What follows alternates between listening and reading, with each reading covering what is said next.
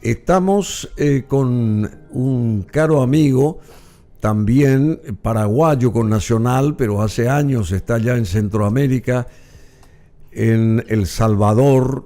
Es un economista importantísimo y asesor también y amigo personal del presidente Bukele, el querido César Adario Soljancic. Te ves más joven que antes, César. ¿Cómo te va? Buen día, ¿cómo estás? Hola Bruno, querido, qué placer saludarte. ¿Podés creer que ya pasó medio año desde la vez que hablamos? Sí, claro, increíble, increíble. Decime, ¿cuál es el uso horario ahora que tienen ustedes? ¿Qué hora es allá? Acá son las 9 de la mañana, Ah, sí. durante que Paraguay tiene horario de invierno, Mm, tenemos 2 horas de diferencia y mm, en el horario de verano tenemos 3 horas de diferencia con Asunción. Bueno, ese país cada vez está dando que hablar positivamente. Ahora con la asunción del segundo gobierno sería de Bukele. Querido César Adario, vos estuviste ahí, César Adario Soljancic, porque tu papá también se llama César Adario, entonces, bueno, estuviste ahí recibiendo al propio presidente Santiago Peña, quien estuvo ahí invitado, tenemos imágenes muy buenas. ¿Qué orden hay allá, che? Denota orden todo lo que se ve de El Salvador. Yo sé que luchó mucho este señor y sus colaboradores. Estoy hablando de Nayib Bukele, presidente de El Salvador, que a partir del sábado volvió a jurar y a iniciar un nuevo periodo presidencial. Bueno, él se compromete al parecer en apuntar a sanar la economía de El Salvador luego del trabajo intenso que hicieron y siguen haciendo sobre la seguridad. ¿Cómo nos podés, digamos, cómo podés hacer notar lo que realmente quiere el presidente Bukele respecto a su país, querido César Adario Soljancic? Sí, Bruno, es muy importante un poquitito irnos unos pasos atrás Mm, para entender que sin seguridad no puede haber inversión. sí. Entonces, digamos, la base del edificio ha sido ya plantada de manera correcta, que es que hoy tenemos una seguridad no solamente física, por decirlo así, Mm, sino se ha hecho un montón de reformas a través de la Asamblea Nacional que da seguridad a la inversión, abocando fuertemente a lo que es el concepto de seguridad jurídica, que es el otro pilar básico y fundamental que cualquier país necesita para desarrollar su economía. En esos dos ámbitos, en estos 5 años, se logró muchas cosas que ahora creo se van a profundizar y se van a ver más los frutos. Lo primero que se logró es que el país empiece a crecer de manera sostenida. Y quitemos el año de pandemia porque ese es un año que el mundo entero tuvo un sí. retroceso. Un año muerto. Un año muerto, exactamente. Mm, Entonces, pero si vos mirás los otros 4 años, mm, El Salvador creció de manera continua y constante, creció incluso en el 2022 10,3%, siendo récord histórico porque nunca el país había crecido 2 dígitos. mm, ¿En qué se basó ese crecimiento? Principalmente en 3 grandes áreas. El primero fue la obra pública, como se ve, los caminos al mar, las carreteras 4 y 6 vías, el sistema energético repotenciado, la inauguración de la represa 3 de febrero, etcétera, etcétera, etcétera. El otro ala, que fue un impulso muy fuerte porque se duplicó de 2 millones a 4 millones de personas el turismo, y esos son ingresos de divisas directo al país porque se tuvo un desarrollo muy grande y algún día espero tenerte y poder ser tu anfitrión acá para mostrarte cómo la costa salvadoreña, que 5 años atrás era arena y palmeras, hoy está con un desarrollo hotelero, de viviendas de lujo, de departamentos y edificios de lujo impresionante. Entonces eso también traccionó mucho. Y la tercera razón que también ayudó mucho y fortaleció mucho el país fue la inversión directa extranjera, ¿verdad? Sobre todo en el área maquilera, que El Salvador ya venía con un desarrollo importante, pero también en otras áreas que no eran normales, como la área energética, donde vino, por ejemplo, Energía del Pacífico, con casi 300 megawatts a instalarse. Entonces, yo creo que en esta segunda etapa que se viene, va a haber, y como es lógico, cuando un país carece de infraestructuras básicas, uno tiene que deber y ser expansivo en la deuda para poder sostener el crecimiento, porque todo crecimiento requiere energía y tener más energía es caro, porque hay que generar la infraestructura, no solamente desde la generación, sino también desde la transmisión, y se actuó en eso. Ahora viene una etapa de consolidación fiscal. Si bien la recaudación ha crecido mucho y ha sido un crecimiento exponencial, nos viene una etapa también de un macroeconómico que lo vamos a implementar, que tiene varias aristas, ¿verdad? Una de ellas es un posible acuerdo con el Fondo Monetario que está en curso. El otro área que también no es menor es que estamos subiendo las calificaciones de riesgo. Moody's recientemente nos subió la calificación. O sea, hay un trabajo coordinado que creo que en estos 5 años se van a ver muchos más resultados en esta área.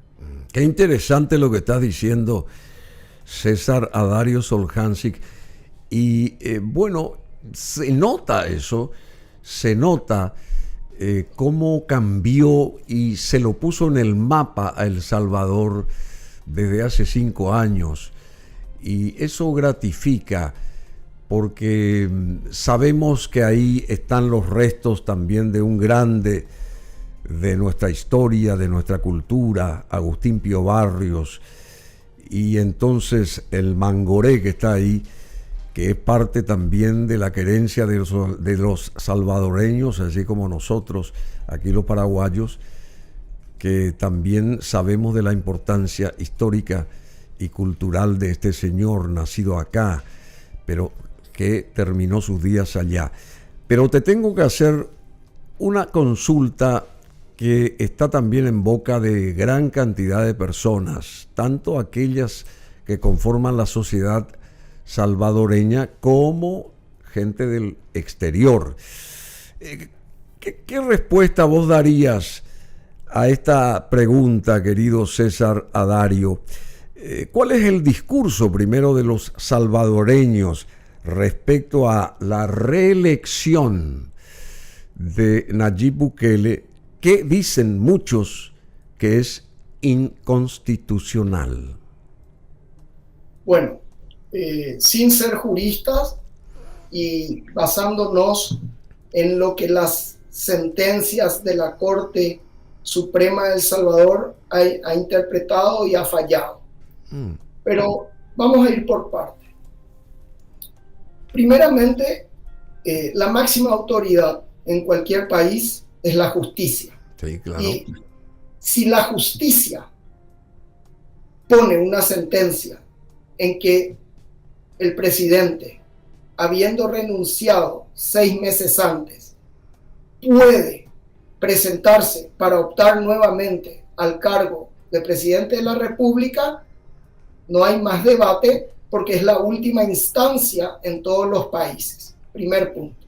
Entonces hay una interpretación que escapa a cualquier pensamiento o posición que se pueda tener, porque lo dirimió la justicia. Ahora vamos desde el punto de vista tal vez político. Si la gente no hubiese querido que esto ocurra, no hubiese ganado la elección. Tanto es así que la gente quiso que ganó con 87% de los votos la elección. Tremenda victoria, sí. Y tanto es así que de 60 parlamentarios, porque es unicameral acá, tiene 58. Y voy un poco más. De los 14 departamentos, ganó en los 14 las gobernaciones, y de las 40 municipalidades ganó en 39. Entonces, o sea, hay que seguir con él entonces, hay que seguir con él, evidentemente, porque entonces, también... Mi pregunta es, al fin y al cabo, la Constitución, que por supuesto hay que respetarla, no es más y no es menos que el contrato social entre el soberano, el pueblo y sus gobernantes. Y creo que el pueblo habló, o sea, y habló claramente. Entonces, obviamente, en toda república democrática hay disidencia, y está bien que así sea, pero no podemos negar que la mayoría, mediante el sufragio, dio un mensaje claro de continuidad. Y hay una cosa que es real y que va desde una empresa a un equipo de fútbol. Sí. Equipo que gana no se toca, Bruno. Sí, por supuesto, por supuesto. Yo estoy de acuerdo contigo, simplemente viendo todo lo que patentizó el gobierno de estos, durante 5 años, el primer gobierno de Bukele. Vuelvo a insistir, puso a El Salvador en el mapa de vuelta, persiguió un objetivo y creo que hizo bien su trabajo a través suyo y de sus colaboradores, y se nota que hay un crecimiento ahí en el país y un interés del mundo para con ese país. Pero esta oposición o la disidencia de la que mencionabas, ¿es fuerte allí o es simplemente algo incipiente como acá? La oposición acá en Paraguay prácticamente no existe hoy, ¿verdad? Está descabezada. ¿Es eso mismo ocurre allá en El Salvador, querido César Adario? Yo te diría que es diferente y es mucho menor que en Paraguay. Porque Paraguay, quieras o no, la oposición, si sumamos su participación en la torta de votos de las elecciones, ha tenido un porcentaje importante. Sí, claro. Obviamente han ido de manera dividida, con el señor paraguayo Cubas por un lado y el Partido Liberal con una alianza por el otro, pero si sumamos el total, es un porcentaje significativo. Y si sumamos lo que era al inicio, su participación parlamentaria, obviamente después hubieron ciertos transfugismos que dieron más músculo aún al partido de gobierno, la oposición tiene una representatividad. Acá la oposición, Bruno, en su conjunto es el 10% de los votos. Sí. Y en su representación parlamentaria es el 4%. Y en su participación en gobernaciones es el 0%. Y en su participación en los municipios es 1 de 40. O sea, es muy mínima la expresión desde el punto de vista electoral. Esto no quiere decir de que no existe. Simplemente estos son datos fácticos. La oposición sí tiene una participación importante, como también creo que pasa en Paraguay y en muchos países, desde los poderes concentrados y los medios de comunicación, donde ahí sí tienen una fuerza mayor a su electorado, digamos.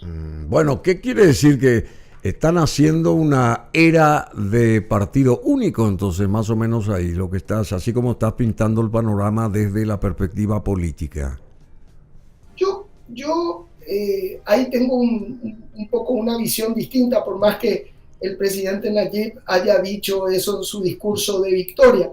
Yo lo que creo es que hay un gobierno con un partido que generó un plan de gobierno, que todo lo que está pasando no es nada más y nada menos que el cumplimiento de cada hito que se planteó en la hoja de ruta en todos los puntos que vos ves éxito. Porque no fue casual el éxito que se tuvo en seguridad. Eso es el Plan Cuscatlán, capítulo seguridad.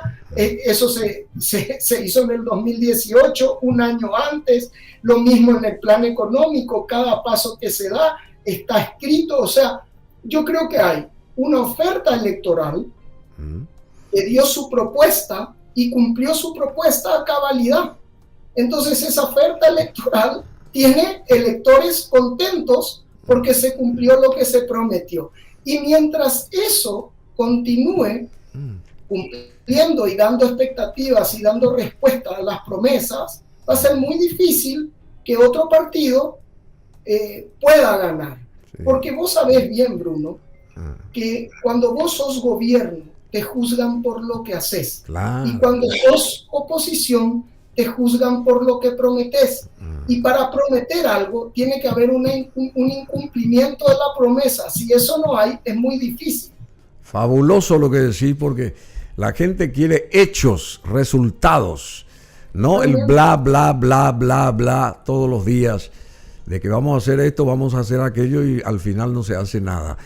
Pero vamos a esa ceremonia del sábado, porque quiero que me pintes, digamos, cómo fue eso, ese encuentro con el presidente Santiago Peña, con su señora.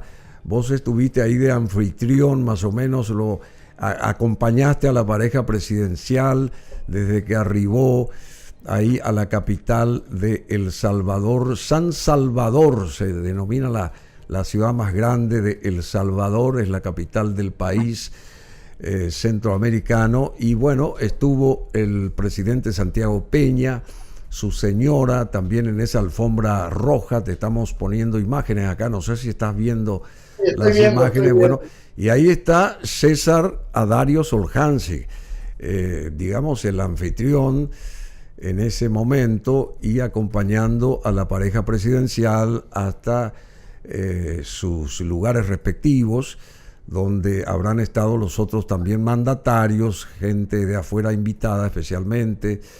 Y bueno, se denota esto a través de las imágenes, que hay un orden, una disciplina en el mejor sentido, un profesionalismo en esta ceremonia. Se ve que se tuvieron muchas cosas en cuenta, querido César. No fue una cosa así al azar, a lo que venga. Y eso denota el accionar del propio gobierno y de la propia figura más encumbrada, en este caso, el propio Bukele, que tiene una visión 360 grados. Yo no lo conozco, pero me parece que él está en todos los detalles. Y bueno, no sé, yo quisiera que vos nos respondas a esto, porque a mí me gusta una cosa así, donde hay orden, donde hay disciplina, donde hay belleza también, porque luce sus mejores galas esa ciudad capital y por ende el país centroamericano. Hay interés del mundo hacia El Salvador. No sé, ¿qué podés agregar respecto a esto? Adelante. Mira, Bruno, como te decía, acá hay un sistema de manejo, y me atrevería a decir que como la mayoría de los colaboradores del presidente y el presidente vienen del mundo de la empresa privada, es muy corporativo todo, o sea, muy gerencial, muy horizontal, muy contra resultados, muy contra planes. O sea, acá te diría que somos muy apegados a cumplir los planes. O sea, se genera un plan, se discute el plan, se aprueba el plan, se ejecuta el plan, y hay una cadena de responsabilidades y cada quien tiene bien claro qué hacer en su trabajo. Te lo digo sobre todo por el área económica, pero eso se traslada a muchos otros niveles. Niveles. Entonces, el presidente es una persona de manejo súper empresarial, con directivas, mesas directivas, reuniones constantes de seguimiento. Entonces, yo creo que eso ayuda mucho. Y eso se nota enseguida, como vos lo notás, el orden, el manejo de los tiempos, o sea, hay eso. Por otro lado... Y también la parte estética, discúlpame, la parte estética visual, la parte, porque todo luce ahí, desde esa alfombra roja enorme, porque se tapizó toda una extensión muy grande de superficie, se pensó en los detalles, y eso trasciende, y esa es la imagen de un país en desarrollo, de un país organizado, y lamentablemente acá nos falta esto, todo esto nos falta acá en este tipo de ceremonias, querido César. Pero yo te felicito por toda esa colaboración, que siendo paraguayo estás allá, ¿verdad?, colaborando con el gobierno del presidente Bukele y también dando la mejor imagen de Paraguay allá a través tuyo. Te felicito en ese aspecto, pero también quiero consultarte. Santiago Peña no te extendió una invitación para que vengas a desarrollar justamente lo que haces allá, ese talento que vos tenés aquí en Paraguay, y le das una manito a él. ¿No te dijo algo así?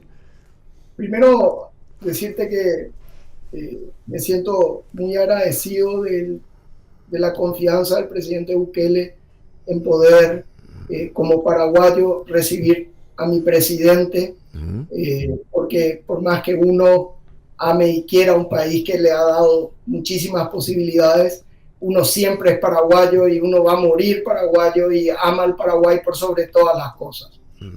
Segundo, ha sido un gusto compartir con el presidente, con el ministro de Relaciones, Rubén Ramírez, con el ministro Alderete, gente excelente que yo conocía, el ministro Alderete sobre todo por una cuestión generacional, muy amigo de mi padre, con el presidente Peña tengo amistad precedente a cualquier desarrollo profesional nuestro, porque tenemos la misma edad, ya de la época de colegio, con la primera dama también. Quiero decirte que realmente gente excelente, muy preparada. Nosotros, más allá de las diferencias políticas que existen en todos los países, el Paraguay tiene un presidente súper preparado que está haciendo algo que me parece que es muy importante. Que vos decías que El Salvador está puesto en el mapa desde la presidencia de Bukele. Yo creo que el Paraguay, con el presidente Peña, está haciendo una avanzada diplomática presidencial que es muy importante. El presidente Peña no paró un minuto desde que estuvo acá. Él llegó a las 6 de la mañana, se fue a las 9 de la noche y tuvo bilaterales con Honduras, bilateral con Costa Rica, bilateral porque también no solo fue Palacio, tuvimos una bilateral con el presidente Bukele, o sea, el almuerzo de presidentes, o sea, no paró y yo te doy fe porque tuve la suerte de participar en esas bilaterales, cómo posiciona el país, cómo está hablando de nuestras potencialidades, de nuestros productos, de nuestra firmeza agrícola, energética, cómo traccionar gente para que invierta, cómo lograr que los productos paraguayos puedan entrar a Centroamérica con El Salvador de punta de lanza, a Costa Rica. O sea, te puedo decir que llevaba una agenda cargada de pro Paraguay, digamos, de cómo hacer que eso se logre. Y yo creo que eso va a dar muchos frutos. Sí, en lo personal, sí. Paraguay tiene demasiada gente talentosa, Bruno. O sea, hay muchísima gente de nivel en el gobierno, de nivel fuera del gobierno.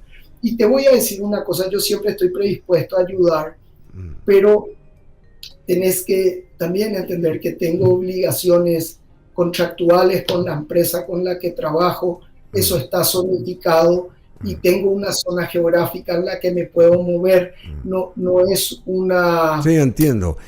Una voluntad, digamos. La empresa tuya a la que estás abocado. Sí, bueno, pero estás unido a Exor Latam, sería, ¿verdad? Sí, señor. Bueno, entonces, tengo las limitaciones propias de ser un ejecutivo, ¿verdad? Pero realmente me sentí muy conforme. Fuimos a poner una entrega floral a Mangoré. Justamente te estaba por preguntar eso, porque hubo 3 intentonas de 3 presidentes y la tercera es la de Santi, de querer repatriar los restos de Mangoré. Pero yo sé que El Salvador dio mucho a Mangoré y Mangoré inclusive quiso descansar definitivamente ahí en tierras salvadoreñas, no retornar a la suya. Pero aquí los paraguayos, vos sabés que estamos tan interesados en tratar la posibilidad de repatriar los restos de Mangoré, pero me gustó mucho esa visita en lo personal del presidente y su señora, que fueron con una ofrenda floral a este gran cultor nuestro de la guitarra, del arte en general, a depositar esas flores como homenaje del pueblo paraguayo en ese Campo Santo. ¿Qué respuesta hubo en ese momento? Vos acompañaste a ellos también ahí, ¿verdad? Sí, estuve ahí, realmente un momento emocionante. Uno de los paraguayos más excelsos del mundo reposa acá. Sí.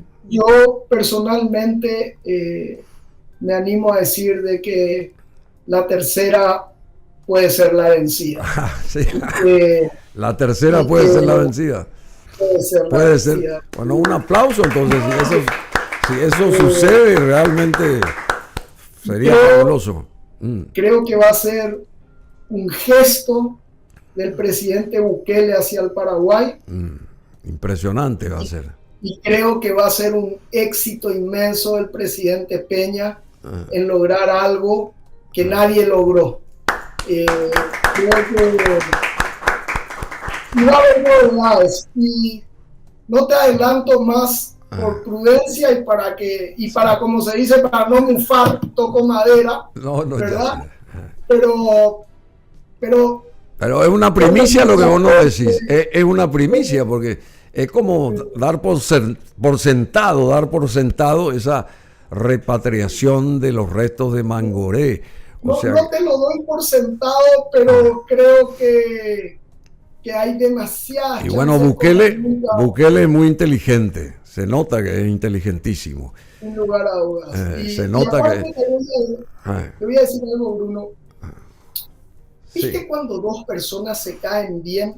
Porque obviamente ellos se vieron muy poco en la vida, porque se vieron en un cruce de pasillos de breves minutos en ONU el año pasado y ahora. Sí, claro. ¿Verdad? Claro. Ahora sí tuvieron más tiempo, pero si te pones a pensar es media hora, porque hay muchos mandatarios y las bilaterales son en tiempo cronometrado, digamos. Decime, vos no estuviste presente justamente ahí o a unos metros cuando hablaron estos dos mandatarios. Sí, estuve a un metro, o sea, ahí en la reunión. Sí. O sea, y vos notás la buena onda de los dos. La buena vibra.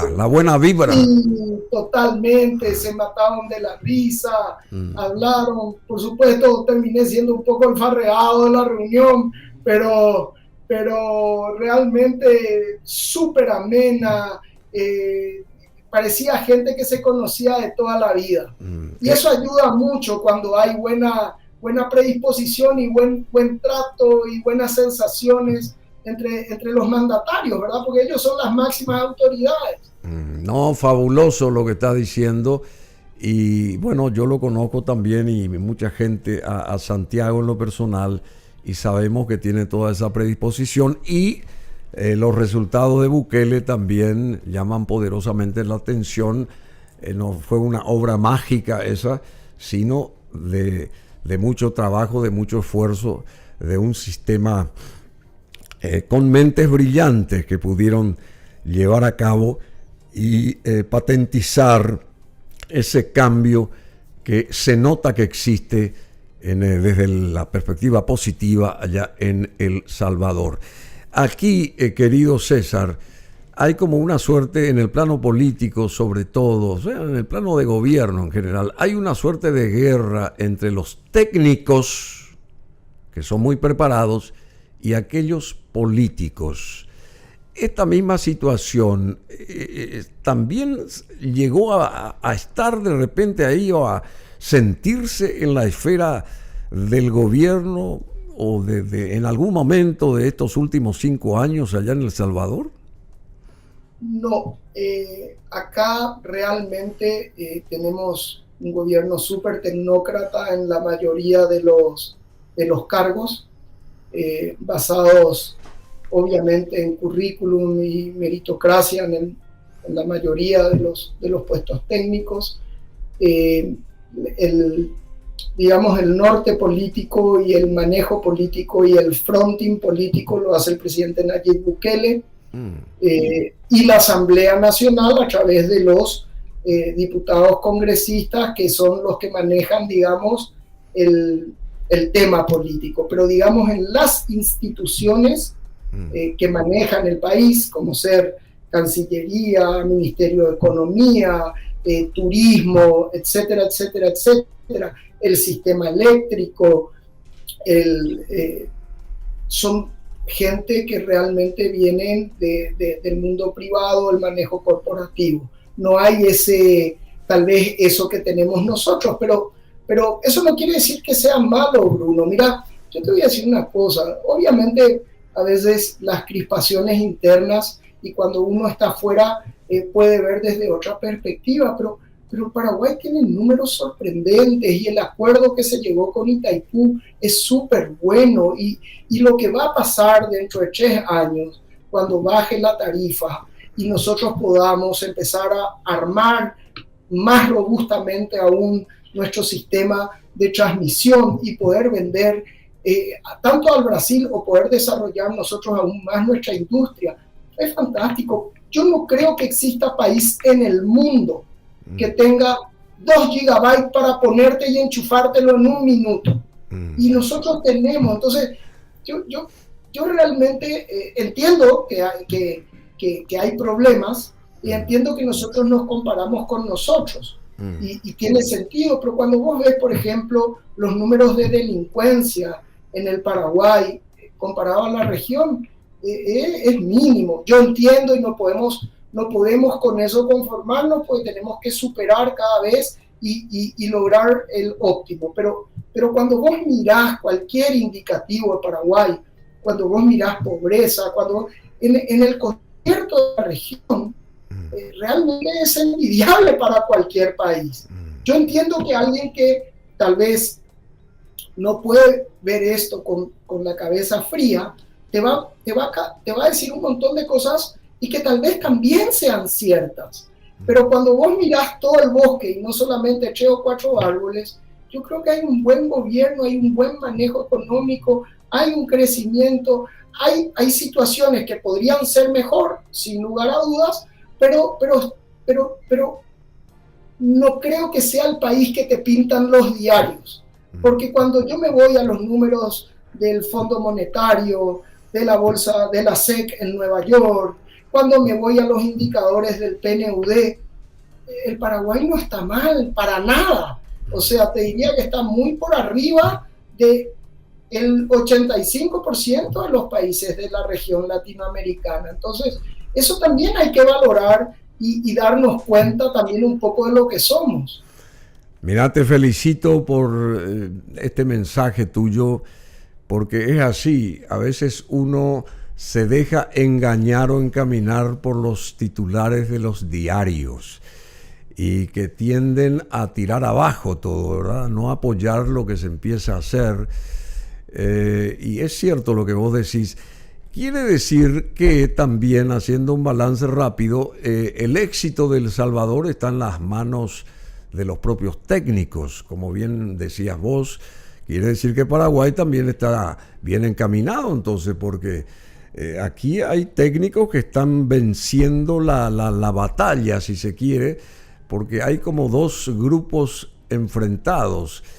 El de los políticos conservadores, y el grupo de los técnicos innovadores que quieren justamente desarrollar el país, y se está en eso. Y yo apoyo a la parte del desarrollo. Yo quisiera un país nuevo, yo quisiera un país así como el de ustedes ahora ya, como el de los salvadoreños, por ejemplo. Lo que sí deberíamos de aplicar es esa receta, esa fórmula que caló hondo en la ciudadanía de El Salvador, y que creo que es la gran plataforma de orgullo del presidente Bukele, la parte de seguridad. Eso es lo que nos falta a nosotros acá. Esa es la receta que hay que aplicarla, desde mi humilde opinión. pero te agradezco muchísimo por todo esto que estás mencionando, diciendo, y estás desde una columna del medio también, que eso me agrada más todavía, dando a conocer los puntos importantes de El Salvador desde una columna del medio, porque no habrá sido nada fácil esa guerra contra los maras y ese tipo de cosas, ¿verdad? Y ahora están, digamos, enfilados a saber qué hacer y qué no hacer. Y entonces hay que aplicar la parte económica, que es seguramente la que faltaría ya. Y dicho esto por el propio presidente Bukele, o sea que se va a abocar a la parte económica en esta segunda fase suya como gobernante. Y a propósito, recientemente Google instaló sus oficinas ahí en El Salvador. ¿Cómo esto impactaría en la economía local, querido César Adario Soljancic? Te quiero, antes de comentarte lo de Google, te quiero decir algo que yo un poco es más bien una duda que un cuestionamiento. Sí. O sea, si en algún momento tenés tiempo, hay un documental de La Nación Más de Argentina, sí. Puedes verlo en YouTube, que me gusta mucho el título. No vi el documental, pero el título es muy bueno. Dice: ¿qué estás dispuesto a ceder por seguridad? Muy bueno. Y esa es una pregunta que el paraguayo se debería hacer, porque el éxito contra las maras tiene también otra parte de apoyo ciudadano que cede un montón de cosas en pos de esto. Y tiene más que ver, porque también te tiene que acompañar los medios y la justicia. Claro, la justicia, sobre todo. Exacto, pero también los medios, porque vos sabés que los medios influyen mucho. Sí, entonces, claro. Acá nadie critica, porque ha sido un éxito rotundo y han apoyado el régimen de excepción. Entonces, tiene que ser algo en conjunto, que esté todo dispuesto a hacer eso. ¿Qué pasaba? Era tan caótica la situación en el país que no había cómo no apoyar. Pero ese no es nuestro punto de partida. Sí. Entonces, hay que ver si la gente estaría dispuesto a ceder un montón de cosas en pos de seguridad y si todo sería un conjunto en un solo bloque. Entonces, yo a veces creo que los países pueden tener problemas similares, pero los pueblos pueden tener soluciones diferentes. Yo no estoy tan convencido, por lo que hablo con mis amigos, por lo menos, ¿verdad? En mi chat con mis compañeros de Colegio Paraguay, que son mis amigos de toda la vida, no los veo tan al 100% a todos unificados en una misma postura. Por supuesto, hay una mayoría que sí quiere algo como lo que nosotros implementamos acá y que es muy bueno, pero hay otra que no. En cambio, en El Salvador eso era unánime, te diría. Entonces, ese es un punto que hay que pensar bien. Respondiendo ahora a tu pregunta, El Salvador quiere, con el acuerdo con Google, y quiere un plan global para hacer un desarrollo tecnológico como un exportador de tecnología. Aprovechando los precios de El Salvador para poder vender software, hardware, fibra óptica submarina. O sea, es la digitalización del Estado a través de Google, el sistema digital de todos los procesos del Estado con la trazabilidad. O sea, desde la licitación más insignificante va a estar en línea y transparentada hasta la más compleja. Entonces, quieren a través de esto hacer un polo tecnológico de venta de servicios para el mundo. Y en inicial para el mundo. O sea, un Silicon Valley ahí en El Salvador. Ahí en El Salvador, con precios salvadoreños acotados para la región. Y ahí entraría a funcionar la famosa ciudad del Bitcoin que prometió Bukele, ¿verdad? Es la geografía que se va a utilizar para esto. Qué fabuloso. Decime, ¿ese régimen de excepción sigue vigente ahí? Sí, sigue vigente. Sigue vigente. ¿Y eso qué implica? ¿Qué implica ese régimen? Digamos, bueno, a ver, para ir cerrando nomás, porque es interesante, vos sacaste el tema y bueno, me acoplo simplemente. Sí, el régimen de excepción no es nada que Estados Unidos no haya hecho en el año 2001, para que quede un poco, o sea, no es un hecho inédito, sí, claro, único en el mundo. El régimen de excepción básicamente es que vos perdés un montón de derechos de la legítima defensa ante un arresto. O sea, yo te puedo arrestar mientras te investigo, básicamente, y condicionantes ciudadanos para la movilización. O sea, por ejemplo, se pueden cercar un barrio, una ciudad, mientras buscan a delincuentes terroristas en ese barrio. Entonces se cerca para que no pueda salir nadie y no pueda entrar nadie. Lo que se llaman los cercos, que han dado un éxito brutal porque mediante eso se ha podido capturar a los terroristas que aquejaban al país.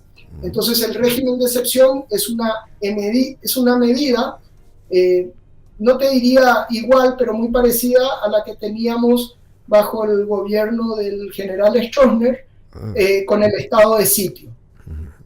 Bueno, interesante, hasta que se limpie definitivamente todo y se pueda avanzar, ordenar por lo menos todo y se pueda avanzar en los otros planos, en el económico, sobre todo esto que anunciaste vos o que anunció el propio presidente Bukele. Te voy a contar algo. Sí.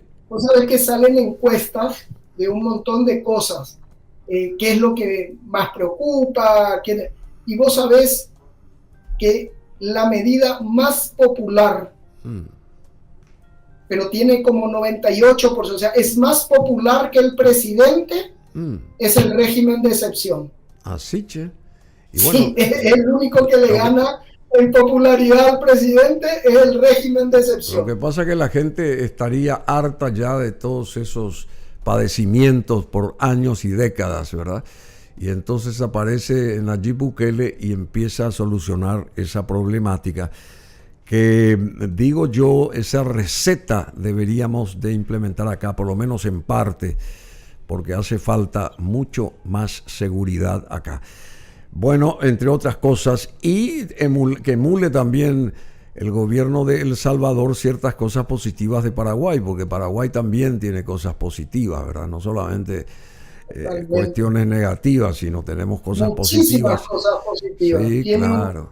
Tiene un manejo de deuda externa que debe ser de los mejores del mundo. Y tiene una moneda como el guaraní con 80 años de vigencia, impresionante, sin que se la saque, sin que se le haya sacado un cero, por ejemplo, ¿verdad? Y comparar eso con nuestros vecinos, por ejemplo. Le hacemos 6-0. Bueno, ya sé, está bien. Bueno, te agradecemos mucho, querido César, al amigo Juan, ahí también, que coordinó este encuentro contigo. Te voy a decir, un abrazo grande. Te quiero felicitar por algo antes de irme. Sí, ¿cómo no? Mira, yo sé que tenés siempre entrevistados de primera línea y analistas de primera línea. Y yo, como verás y podés corroborar, te sigo ya vía YouTube y casi todos los días te veo. Pero especialmente te veo cuando hay dos personas que me parecen talentosísimas. A ver. Primero, Albert, que me parece que da unos resúmenes de la coyuntura brillantes. Albert Campos López Moreira. Albert Campos, sí. Hacerle llegar mi saludo. Por supuesto. Mira, me encanta cómo explica fácil, hace que uno entienda realmente. Y el otro es Casiam, que tiene una mirada global del mundo que cuenta las novedades. ¡Casiam Peña! Mira, yo veo la foto de ellos y ya entro a ver tu programa. ¡Qué fabuloso! Te felicito, creo que tenés dos entrevistados de lujo. Y bueno, ellos son... demuestra una vez más que lo que sobra en nuestro país, lo que sobra es gente talentosa.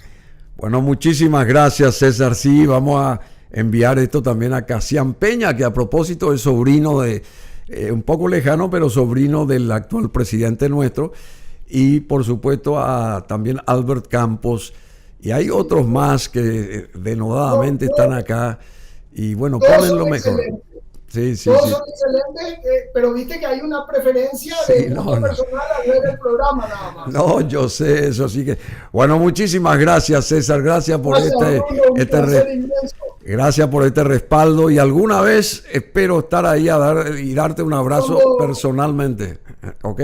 Cuando vos lo desees. Muchas gracias, César Adario Soljansig, y a través tuyo al presidente Bukele, a quien conocí allá en Qatar. Así que tengo así un documento de que, claro, estuvimos hablando con él brevemente, pero fabuloso fue ese encuentro. Bueno, muchísimas gracias. Éxito a El Salvador en este nuevo periodo que se inicia, que logren los objetivos. A cada uno de los salvadoreños un abrazo grande desde aquí, desde el corazón de América del Sur, y simplemente fuerza y adelante.